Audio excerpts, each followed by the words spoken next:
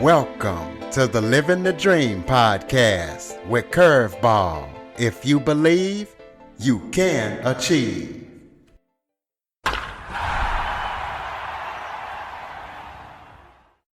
Welcome to the Living the Dream with Curveball podcast, a show where I interview guests that teach, motivate, and inspire. Today, I am joined by speaker, mental health advocate, and brain injury survivor, Nicholas Vuchlewicz.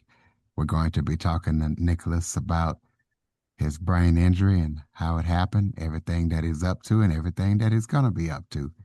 So, Nicholas, thank you so much for joining me. Thank you, Curtis, for having me. I do appreciate it. Why don't you start off by telling everybody a little bit about yourself? Sure. Thank you. Well, my name is Nicholas Vuchlewicz. I am a brain injury survivor. I was in a crash a little over 9 years ago, and through that experience, I was able to take what I learned through my mental health journey before my trauma and become an advocate for many in any way I can, keep pushing uh, through this world, through interviews, through meetings, to webinars, you name it. I want to try to be in front center to help share someone else's story to show they're not alone. Okay, well, kind of describe. I know you said it was an accident, so just kind of describe, what actually happened, and just walk us through what happened and the trauma and how you got through it and all that stuff. I appreciate it. So, nobody really knows what happened, but I was in a single vehicle motorcycle crash March 15th, 2016.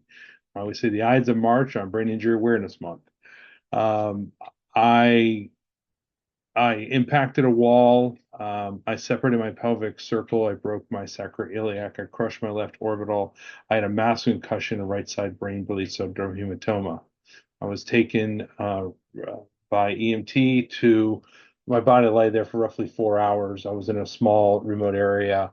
I was taken to EMT via EMT over to Inova Fairfax, level 1 trauma, where I went right up into the trauma ICU. They were concerned about bone piercing the brain, all the internal bleeding. Fortunately, the I didn't actually have to have brain surgery. The swelling was under control, and I'd never had any external abrasions, so I would have bled to death otherwise.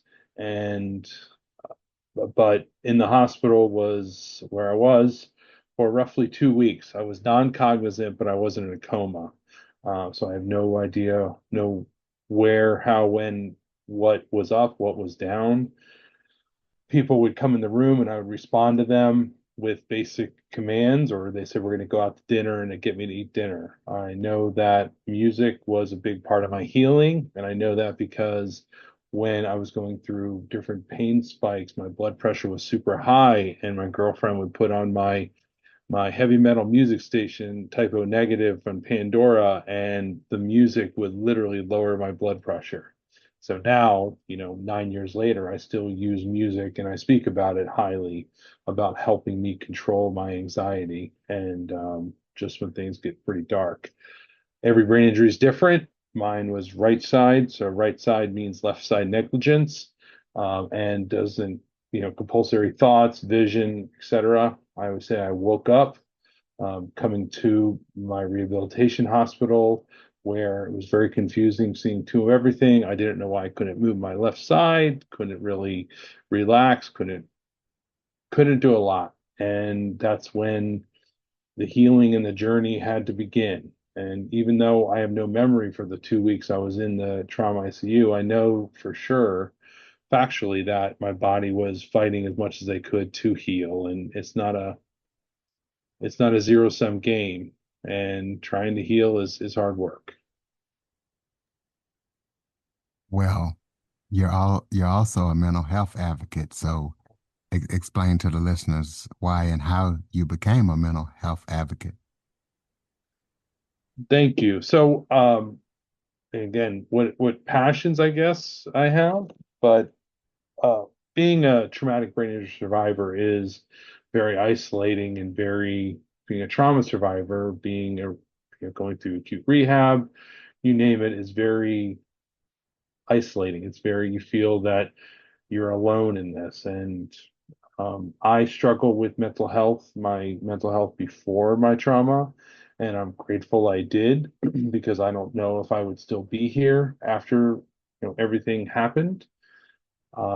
So I became an advocate and I like to speak about my problems openly as freely. I believe as Brene Brown said, if you can't be brave if you're not vulnerable. So I like to express it to show others the courage that I have and that they might have in them. And I find that when we are able to speak about what we went through or express our, you know, weakness, vulnerabilities, people can see that and understand that we have empathy to walk with them. And I also do what I do because every brain injury is different and it is very isolating, as I said, and you feel very alone. And male traumatic brain injury survivors are twice as likely than a regular male the same age and demographic to commit suicide. So I do a lot of advocacy work to help people be okay to not be okay. Um, Mental health and is a buzzword. Way too many people use it, but nobody really talks about it or nobody really presents a path forward. But when we go through these journeys, we have to ask ourselves the difficult questions to try to get better and to try to get to the next step. There is no better to try to get to the next step, the next stage where you can be as best as you can okay with yourself. Well, I know that you're also a gamer, and you said that gaming helped in your recovery. Explain to the listeners how that was. So yeah, I say my nerd street cred's pretty high. Um, but I played a before my accident, before my crash, I went through a really rough separation divorce, and I instead of being at home, being angry or just kind of secluding, I pushed myself to go out and play games, meet people. I play a tabletop role playing game from called Pathfinder, where you create characters and you create these circumstances. But I use the idea of not staying inside, staying alone to help beat the depressions, to help beat the isolation. So doing that was really critical in my healing from my separation and divorce. And then when my trauma happened, it also became another great way for me to challenge myself in different ways. So I didn't have feeling my left side. I couldn't really relax. I had problems seeing. So right side brain injury also can be, you have a hard time necessarily going between analytical and creative thoughts, and what a better way than a creative game.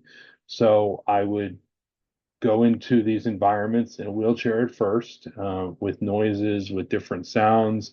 I would move stuff around with my left side. Eventually, I would walk in there with a walker, but I would try to push myself out of my comfort zone to be okay. And through that, I was able to get more engaged with the community. Organization I volunteer with is called Paizo Organized Play, and they run games all up and down all over the world. And I help volunteer games up and down the East Coast. And it's important to me because meeting gamers um, gives them the ability to feel okay with who they are, where they are, to again be able to feel included and not isolated. And one of the things that this lovely pandemic did to us was everybody went right back into the basements and away from people. So I use my trauma, my advocacy, my gaming to help reach out to others to let them feel that they are alone in this crazy world, that we all are part of a team.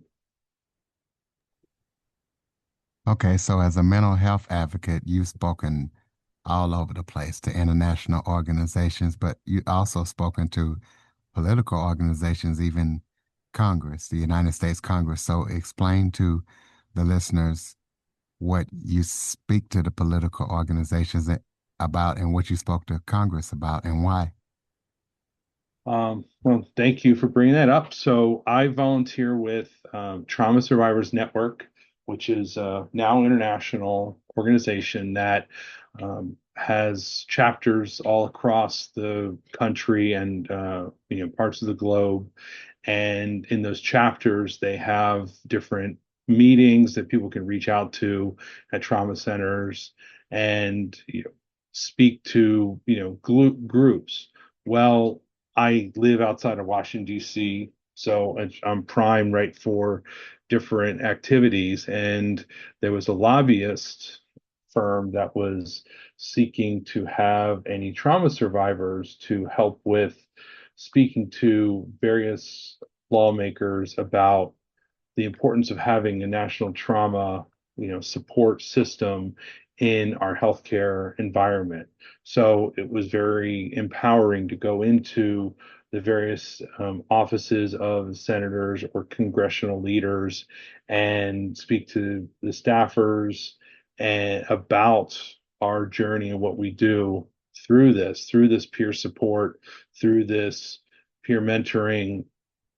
Many have been able to really understand the gravity of the situation. Hearing various people's stories is my injury is very different than maybe someone else's motorcycle accident or ski accident or whatever next to me, but the journey through trauma, the journey through recovery, all those have checked many of the same boxes, and that's something that is very universal in this crazy world. Everything could be working normal, and then one split second, everything's upside down, and now you have to relearn how to do basic tasks. So being part of an environment is important, and then speaking to lawmakers, to different organizations, letting them know how important it is to have a community is very special, and it's something I'm very proud I was able to do.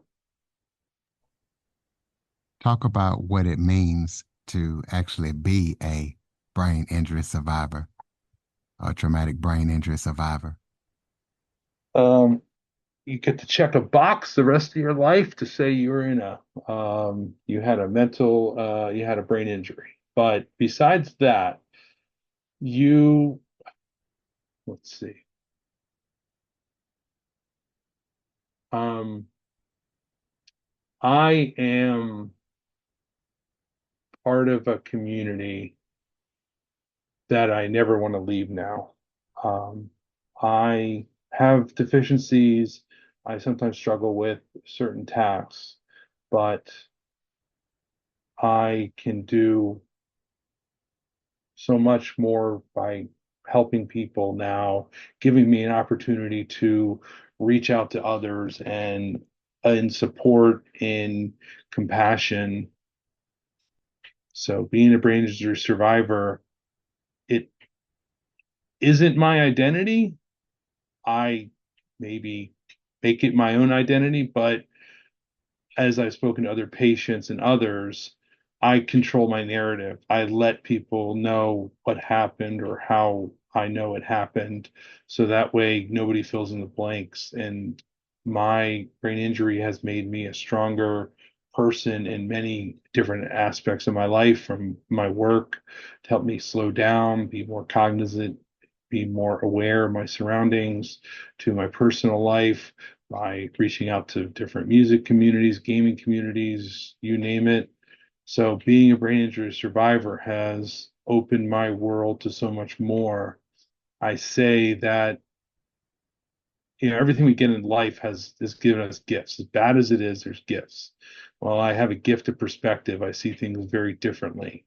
So having this circumstance happen to me allows me to connect to people from around the globe and talk to them about my struggle, my trauma, and show that they are okay to speak about theirs. And that's something that is, I never would have expected to be as powerful as it is. Well, Your bio says that you're a avid tabletop role player. Explain to the listeners what that is.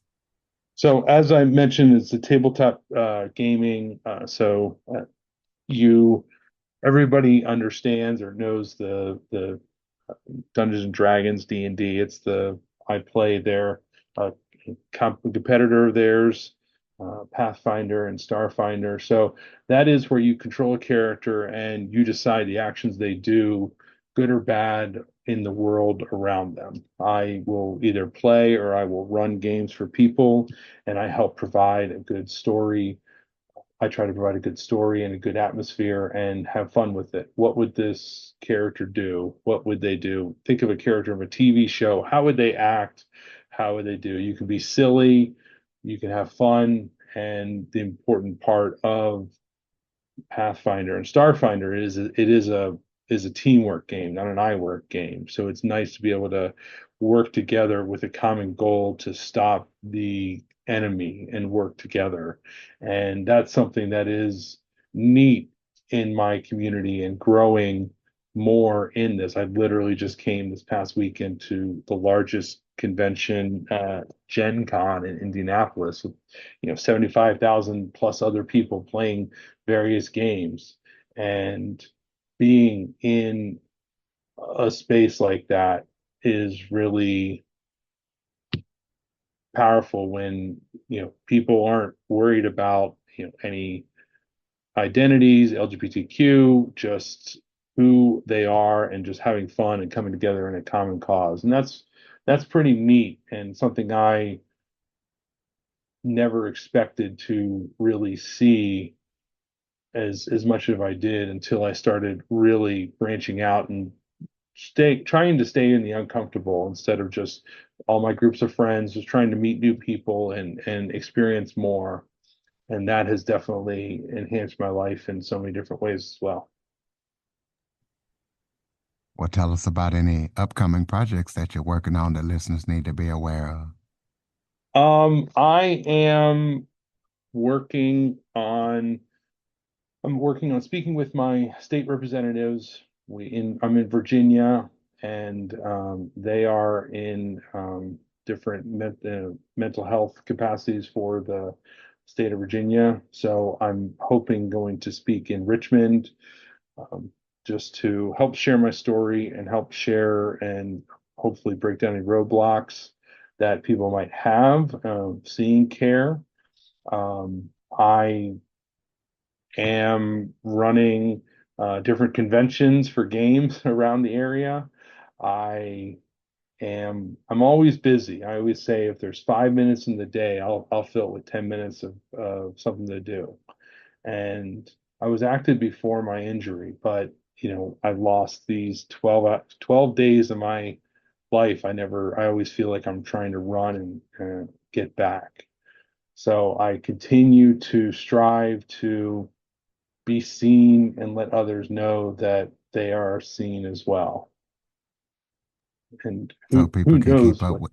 sorry, Oh, go ahead. go ahead. I didn't mean to interrupt you. No, who knows what's going to happen? I mean, I can tell you that 3 years ago, I would have never expected to interview my favorite musicians, meet people from around the globe, write to, you know, international organization, sameu.org, go to Congress. So who knows? And one of the things I know is that I don't know what tomorrow lies. So I'm just going to always try to do the next right thing, step forward, and try to see what is yet to come. Because my story is not finished. I will keep on writing the story I want to see, and I will continue to try to strive to help people see that they're not alone and help people experience the joy that everyone deserves to be in. So the listeners can keep up with everything that you're up to. Throw out your contact info. Perfect. Well, I have a link tree at Gifts of Perspective that has my various YouTube videos I've done from interviews to speeches. I have an email address, giftsofperspective@gmail.com, where I can hopefully help reach people and provide any insight that I might have, or help maybe connect them to people that might be able to support them. I am always looking for ways to expand my network and support others in a kind and compassionate way. I'll close us out with some final thoughts. Maybe if there was something I forgot to touch on that you would like to discuss, or any final thoughts you have for the listeners. Um, well, I'm full of I'm full of a lot of quotes. We'll see which ones I pull out first. But it's okay to have a bad day. It's just a day. I promise the sun will rise tomorrow. And I did a recent webinar, and someone asked me, what would you want to leave with them? And I said, hope is a free medicine. So I'll leave that here. Hope is a free medicine, and life's a four-letter word. It depends on how you want to use it. All right, ladies and gentlemen, be sure to keep up with everything that Nicholas is up to. If you can, support his cause. Follow us on your favorite podcast platform and visit www.curveball337.com for more information on the Living the Dream with Curveball podcast. Thank you for listening and supporting the show. And Nicholas, thank you so much for joining me, and thank you for all that you do for the mental health field.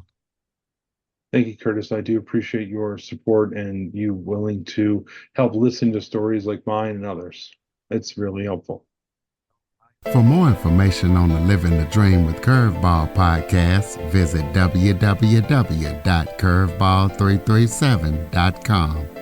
Until next time, keep living the dream.